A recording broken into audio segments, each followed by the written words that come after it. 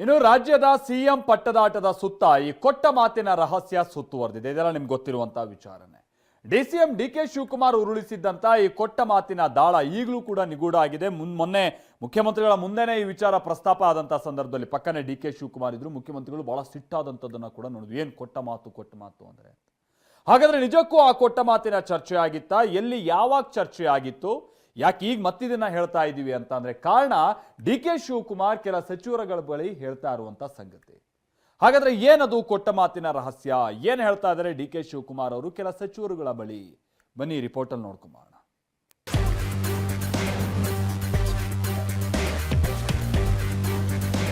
Breakfast ಬಳಿಕ ಚಿದಂಬರ ರಹಸ್ಯವಾದ ಕೊಟ್ಟ ಮಾತು ನಡೆದಿದ್ದು ಎಲ್ಲಿ, ಯಾವಾಗ, ಏನಿದರ ಗುಟ್ಟು? ಕೊಟ್ಟ ಮಾತು ಪಟ್ಟದಾಟದಲ್ಲಿ ಭಾರಿ ಸದ್ದು ಮಾಡಿದ್ದ ವಿಚಾರ ಇದು. ಆದ್ರೆ ಮೊನ್ನೆ ಬ್ರೇಕ್ಫಾಸ್ಟ್ ಮೀಟಿಂಗ್ ಬಳಿಕ ಕೊಟ್ಟ ಮಾತಿನ ಚರ್ಚೆ ನಿಗೂಢವಾಗಿದೆ.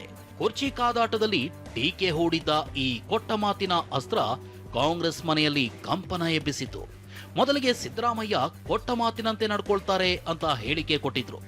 ಇಲ್ಲಿಂದ ಹೊತ್ಕೊಂಡ ಕಿಡಿ ಮೊನ್ನೆ ಬ್ರೇಕ್ಫಾಸ್ಟ್ ಮೀಟಿಂಗ್ ಪ್ರೆಸ್ ಮೀಟ್ ನಲ್ಲಿ ಸಿದ್ದರಾಮಯ್ಯ ಗರಂ ಆಗೋ ತನಕ ಯುದ್ಧವೇ ನಡೆದು ಹೋಗಿತ್ತು. ಅವರು ಹಿರಿಯ ನಾಯಕರಿದ್ದಾರೆ, ಅವ್ರಿಗೆ ಜವಾಬ್ದಾರಿ ಇದೆ. ಅವ್ರು ಯಾವತ್ತೂ ಕೂಡ ಕೊಟ್ಟ ಮಾತನ್ನ ತಪ್ಪು ಅಂತವ್ರಲ್ಲ. ಇದು ಹೈಕಮಾಂಡ್ ಇಂಟರ್ವ್ಯೂನ್ ಆಗಿ ಏನ್ ನಡೆದಿದೆ ಗೊತ್ತಾಗಾರು ಶಾಸಕಾಂಗ ಪಕ್ಷ ಸಭೆ ಕರೆದು ಏನ್ ನಡೀತಾ ಇದೆ, ಏನ್ ಆಗಿದೆ ಅಂತ ಗೊತ್ತಾಗಾರು ಹೇಳ್ಬೇಕು. ಇದು ನಮ್ಮ 5-6 ಜನದ ಗುಟ್ಟಿನ ವ್ಯಾಪಾರ. ನಾನು ಇದನ್ನ ಬಹಿರಂಗ ನಾನು ಮಾತಾಡೋದು.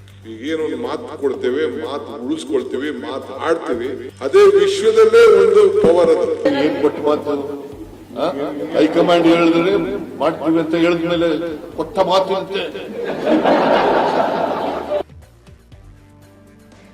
ಹೀಗೆ ಕುರ್ಚಿ ಕಾದಾಟಕ್ಕೆ ಕಾರಣವಾಗಿದ್ದ ಇದೇ ಕೊಟ್ಟ ಮಾತು ಈಗಲೂ ಚಿದಂಬರ ರಹಸ್ಯವಾಗಿ ಉಳಿದಿದೆ. 2023ರಲ್ಲಿ ಸಿಎಂ ಆಯ್ಕೆ ನಡೆಯುವಾಗೇನಾದ್ರೂ ಒಪ್ಪಂದ ಆಗಿದ್ದ? ದೆಹಲಿಯಲ್ಲಿ ಯಾರು ಯಾರಿಗೆ ಏನಂತ ಮಾತು ಕೊಟ್ರು ಅನ್ನೋ ಪ್ರಶ್ನೆಗಳು ಕೈಮನೆ ಅಂಗಳದಲ್ಲಿ ಪಲ್ಟಿ ಹೊಡಿತಿವೆ. ಹಾಗಾದ್ರೆ ಈ ಕೊಟ್ಟ ಮಾತಿನ ಚರ್ಚೆ ನಡೆದಿದ್ದು ಎಲ್ಲಿ ಅನ್ನೋ ಇನ್ಸೈಡ್ ಮಾಹಿತಿಯನ್ನ ತೋರಿಸ್ತೀವಿ ನೋಡಿ. ಸಾಲು ಸಾಲು ಸಚಿವರನ್ನ ಡಿಸಿಎಂ ಡಿಕೆ ಭೇಟಿಯಾಗಿದ್ರು. ಸಚಿವ ಸತೀಶ್ ಜಾರಕಿಹೊಳಿ, ಕೆಜೆ ಜಾರ್ಜ್, ಜಮೀರ್ರನ್ನ ಡಿಕೆ ಬ್ರೇಕ್ಫಾಸ್ಟ್ ಮೀಟಿಂಗು ಮೊದಲು ಕಳೆದ ವಾರ ಭೇಟಿಯಾಗಿದ್ರು. ಖರ್ಗೆ ನಿವಾಸದಲ್ಲೇ ಕೊಟ್ಟ ಮಾತಿನ ಬಗ್ಗೆ ಚರ್ಚೆಯಾಗಿದೆ. ಮೊದಲಿಗೆ ಕೆಸಿ ವೇಣುಗೋಪಾಲ್ ನಿವಾಸದಲ್ಲಿ ಚರ್ಚೆಯಾಗಿ ಬಳಿಕ ದೆಹಲಿಯ ಖರ್ಗೆ ನಿವಾಸದಲ್ಲೇ ಚರ್ಚೆಯಾಗಿದೆ ಅಂತ ಸಿದ್ದು ಆಪ್ತರ ಬಳಿ ಕೊಟ್ಟ ಮಾತಿನ ಬಗ್ಗೆ ಡಿಕೆ ಪ್ರಸ್ತಾಪ ಮಾಡಿದ್ರು. ಡಿಕೆ ಹೇಳಿದ್ದನ್ನೇ ಸಿದ್ದರಾಮಯ್ಯ ಮುಂದಿಟ್ಟು ಸಚಿವರು ಪ್ರಶ್ನಿಸಿದ್ರು. ಈ ವೇಳೆ ಯಾವುದೇ ಮಾತುಕತೆ ಆಗಿಲ್ಲ ಅಂತ ಸಿಎಂ ಉತ್ತರಿಸಿದ್ದಾರೆ. ಹೀಗಾಗಿ ನಿಜಕ್ಕೂ ಖರ್ಗೆ ಮನೆಯಲ್ಲಿ ನಡೆದಿದ್ದ ಮಾತುಕತೆ ಏನು ಅನ್ನೋದು ಈಗಲೂ ನಿಗೂಢವಾಗಿದೆ. ಈ ನಡುವೆ ಡಿಕೆ ಆಪ್ತ ಶಾಸಕ ಎಚ್.ಸಿ. ಬಾಲಕೃಷ್ಣ ಕೂಡ ತಾವು ಏನನ್ನೋ ಒಪ್ಕೊಂಡಿರೋದಾಗಿ ಹೇಳಿದ್ದಾರೆ. ಆದ್ರೆ ಏನದು ಅಂತ ಪ್ರಶ್ನಿಸಿದ್ರೆ ಸಮಯ ಬಂದಾಗ ಹೇಳ್ತೀವಿ ಅಂತ ಟ್ವಿಸ್ಟ್ ಉಳಿಸ್ಕೊಂಡಿದ್ದಾರೆ. ಯಾಕೆ ನಿಮ್ಮ ಹತ್ರ ಹೇಳ್ಬೇಕದಲ್ಲ? ನಾವು ಟೈಮ್ ಬಂದಾಗ ಹೇಳ್ತೀವಿ. ನಾವ್ ಏನ್ ಒಪ್ಕೊಂಡಿದೀವಿ ಅಂತ ಟೈಮ್ ಬಂದಾಗ ಹೇಳ್ತೀವಿ. ಹಂಗೆ ಇರ್ಬೇಕು. ಕುತೂಹಲ ಯಾವಾಗಲೂ ಕುತೂಹಲವಾಗಿ ಉಳ್ಕೋಬೇಕು. ಅಥವಾ ಟೈಮ್ ಬಂದಾಗ ಅದು ಕುತೂಹಲ ಬಗೆಹರಿಸ್ತೀವಿ.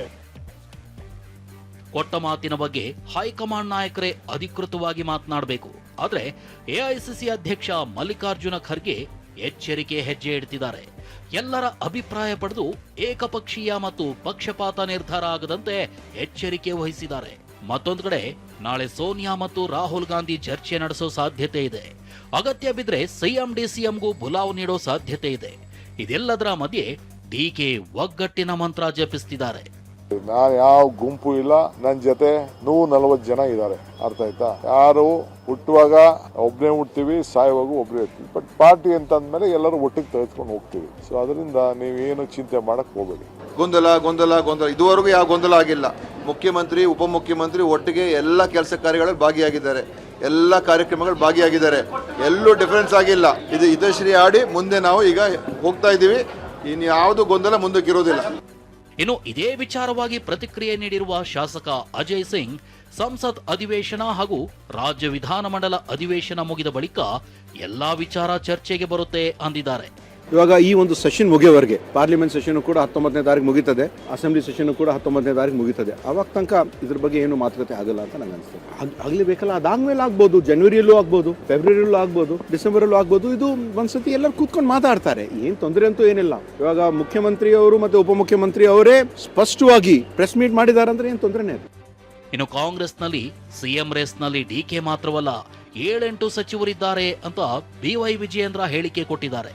ಆದ್ರೆ ಸಚಿವ ಭೈರತಿ ಸುರೇಶ್ ಮೊದಲು ಅವ್ರ ಬಣಗಳನ್ನ ನೋಡ್ಕೊಳ್ಳಿ ಅಂತ ತಿರುಗೇಟ್ ಕೊಟ್ಟಿದ್ದಾರೆ. ದಿನೇ ದಿನೇ ಮುಖ್ಯಮಂತ್ರಿ ಕುರ್ಚಿಗೆ ಪೈಪೋಟಿ ಜಾಸ್ತಿ ಆಗ್ತಾ ಇರುವುದು. ನನಗಿರೋ ಮಾಹಿತಿ ಪ್ರಕಾರ ಆಡಳಿತ ಪಕ್ಷದಲ್ಲಿ 7-8 ಜನ ಹಿರಿಯ ಶಾಸಕರುಗಳು ಅಥವಾ ಮಂತ್ರಿಗಳು ಹೇಗಾದ್ರೂ ಮಾಡಿ ತಾವು ಮುಖ್ಯಮಂತ್ರಿ ಆಗಬೇಕು ಅನ್ನುವ ಪೈಪೋಟಿಲಿ ಈಗಾಗಲೇ ಇಳಿದಿದ್ದಾರೆ. ವಿರೋಧ ಪಕ್ಷದವರಂತ ಬಿಜೆಪಿ ಅವ್ರದೇ ಯತ್ನಾಳು, ಆ ಕಡೆ ವಿಜೇಂದ್ರ ಬಾಡ ಅಂತಾರೆ, ಈ ಕಡೆ ಯಾರು ಅರವಿಂದ್ ಲಿಂಬಾವಳಿ ಅವರೊಂದು ಗ್ರೂಪ್ ಮಾಡ್ಕೊಂಡವ್ರೆ. ಅದನ್ನೆಲ್ಲ ಫಸ್ಟ್ ಅವ್ರು ಸಾಲ್ವ್ ಮಾಡಕ್ ಹೇಳಿ, ನಮ್ಮ ಪಕ್ಷದ ಸಾಬರಿ ಅವ್ರಿಗೆ ಯಾಕೆ. ಇಷ್ಟೇ ಅಲ್ಲ, ಮುಖ್ಯಮಂತ್ರಿ ಬದಲಾವಣೆ ನಿಶ್ಚಿತ ಅನ್ನೋದು ಬಿಜೆಪಿ ನಾಯಕರ ಟೀಕೆ. ಸಿದ್ದರಾಮಯ್ಯ ಆಪ್ತ ಸಚಿವ ಎಚ್.ಸಿ. ಮಹದೇವಪ್ಪ ಸಿಎಂ ಮುಂದುವರಿತಾರೆ ಅಂತ ಕಡ್ಡಿ ಮುರಿದಂತೆ ಹೇಳಿದ್ದಾರೆ. ಏನಾದ್ರೂ ಕೂಡ ಈ ಕಾಂಗ್ರೆಸ್ ಪಕ್ಷದಿಂದ ರಾಜ್ಯಕ್ಕೆ ಒಳ್ಳೇದಂತೂ ಆಗುದಿಲ್ಲ. ಯಾರೇ ಡಿ.ಕೆ. ಶಿವಕುಮಾರ್ ಆದ್ರೂ ಒಳ್ಳೇದಾಗುದಿಲ್ಲ, ಸಿದ್ದರಾಮಯ್ಯನವರು ಕಂಟಿನ್ಯೂ ಆದ್ರೂ ಒಳ್ಳೇದಾಗಿಲ್ಲ ಎಂದು ಈಗೂ ಕೂಡ ಒಳ್ಳೇದಾಗುದಿಲ್ಲ. ಆದ್ರೆ ನನಗನ್ಸಿದ ಮಟ್ಟಿಗೆ ಮುಖ್ಯಮಂತ್ರಿ ಬದಲಾವಣೆ ನಿಶ್ಚಿತವಾಗಿ ಆಗ್ತೈತಿ. ಸಿದ್ದರಾಮಯ್ಯರು ಮುಖ್ಯಮಂತ್ರಿ ಇದ್ದಾರೆ, ಮುಖ್ಯಮಂತ್ರಿಯಾಗಿ ಮುಂದುವರಿತಾ ಇದ್ದಾರೆ. ಈಗ ಅದರ ಪ್ರಶ್ನೆ ಇಲ್ವೇ ಇಲ್ವಲ್ಲ ಸರ್ಕಾರದ ಮುಂದೆ, ಪಕ್ಷದ ಮುಂದೆ. ನಾಯಕತ್ವ ಬದಲಾವಣೆಯ ಚರ್ಚೆಯನ್ನ ತಣಿಸಲು ಸಿಎಂ ಡಿಸಿಎಂ ಒಗ್ಗಟ್ಟಿನ ಮಂತ್ರ ಜಪಿಸಿದ್ದಾರೆ. ಈ ನಡುವೆ ಕೊಟ್ಟ ಮಾತು ಅನ್ನೋ ವಿಚಾರ, ಡಿಕೆ ಆಪ್ತರ ಒಪ್ಪಿಗೆಯ ಹೇಳಿಕೆ ಚರ್ಚೆಯ ಕಿಚ್ಚಿಗೆ ತುಪ್ಪ ಸುರಿತಿದೆ. ಪ್ರಸನ್ನ ಗಾಂವ್ಕರ್ ಜೊತೆ ಪ್ರಮೋದ್, ಟಿವಿ9 ಬೆಂಗಳೂರು.